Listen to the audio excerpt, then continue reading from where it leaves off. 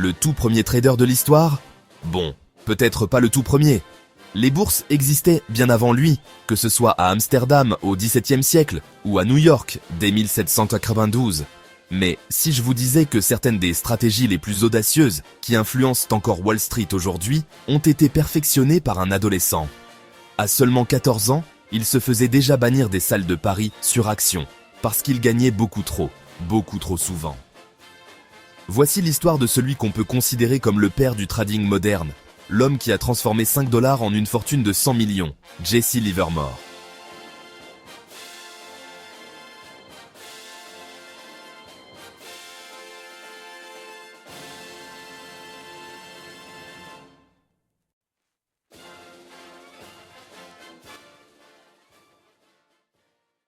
On est en 1891, dans le Massachusetts.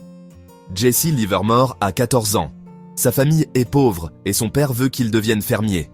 Mais Jesse, lui, a d'autres ambitions. Il est fasciné par les chiffres et possède un don quasi surnaturel pour le calcul mental. Avec la bénédiction de sa mère et 5 petits dollars en poche, il fugue et prend le premier train pour Boston.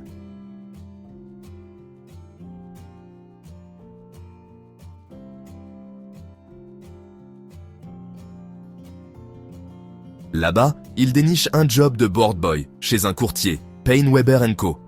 Son boulot? Inscrire à la craie les cours des actions sur un immense tableau noir, au rythme frénétique du téléscripteur. Jour après jour, en recopiant ces chiffres, Livermore commence à voir des choses que personne d'autre ne voit, des schémas, des répétitions, comme un langage secret du marché. Il note tout, scrupuleusement, dans un petit carnet, persuadé que les mouvements de prix ne doivent rien au hasard.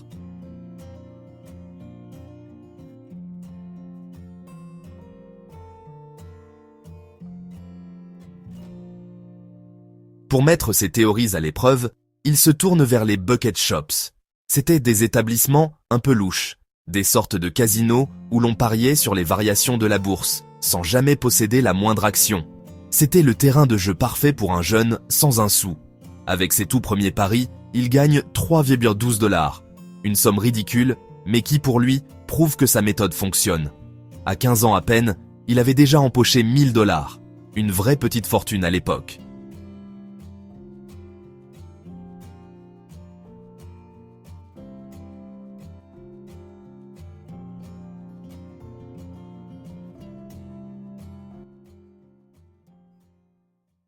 Forcément, un type qui gagne tout le temps, ça pose problème. Le business model des bucket shops reposait sur le fait que les clients perdent leur argent.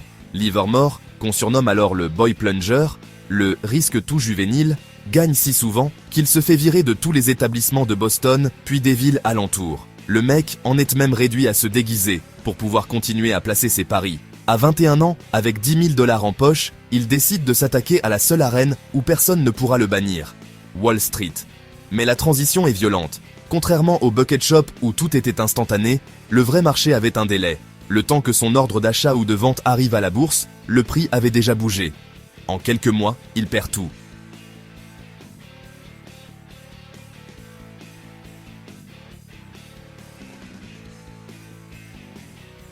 Cet échec cuisant sera sa plus grande leçon. Il comprend qu'il ne peut plus se contenter de sauter sur de petites fluctuations.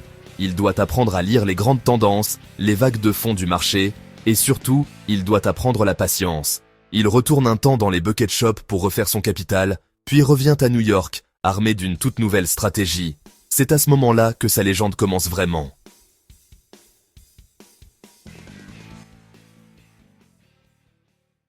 Le premier coup de maître de Livermore arrive en 1907. Alors que le marché est en pleine euphorie, lui sent que quelque chose ne tourne pas rond. Il commence à vendre à découvert, c'est-à-dire à parier sur la chute des cours. Quand la panique de 1907 éclate, Wall Street s'effondre. En une seule journée, Jesse Livermore empoche 3 millions de $. Il devient une star, mais une star qui fait peur, ce qui lui vaut le surnom de Grand Ours de Wall Street. Mais son plus grand coup de génie est encore à venir. 20 ans plus tard, pendant les années folles, l'euphorie est à son comble. Tout le monde achète des actions à crédit, persuadé que les arbres peuvent monter jusqu'au ciel. Livermore, fidèle à ses principes, voit les mêmes signaux avant-coureurs qu'en 1907. Une spéculation délirante et une confiance totalement irrationnelle.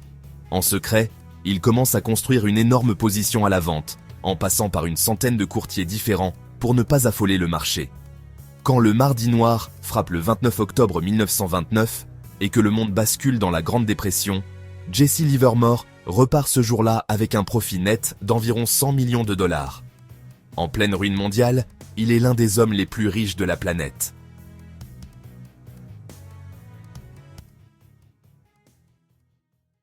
Si l'histoire de ces génies de la finance vous fascine, pensez à vous abonner pour ne pas manquer les prochaines. Au sommet de sa gloire, Livermore aurait dû être intouchable.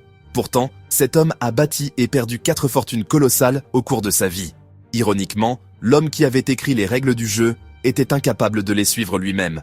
Ses plus grandes forces, son intuition et sa discipline, l'abandonnaient face à ses vieux démons, l'impatience, l'ego et l'incapacité à admettre qu'il avait tort et à couper ses pertes. Après son triomphe de 1929, il perdra la quasi-totalité de sa fortune dans les années qui suivent, à cause de mauvais investissements, mais aussi d'un train de vie extravagant et de drames personnels. Il avait prouvé qu'on pouvait battre le marché, mais il n'arrivait pas à se battre contre lui-même. Comme il le disait, le côté humain est le plus grand ennemi du spéculateur.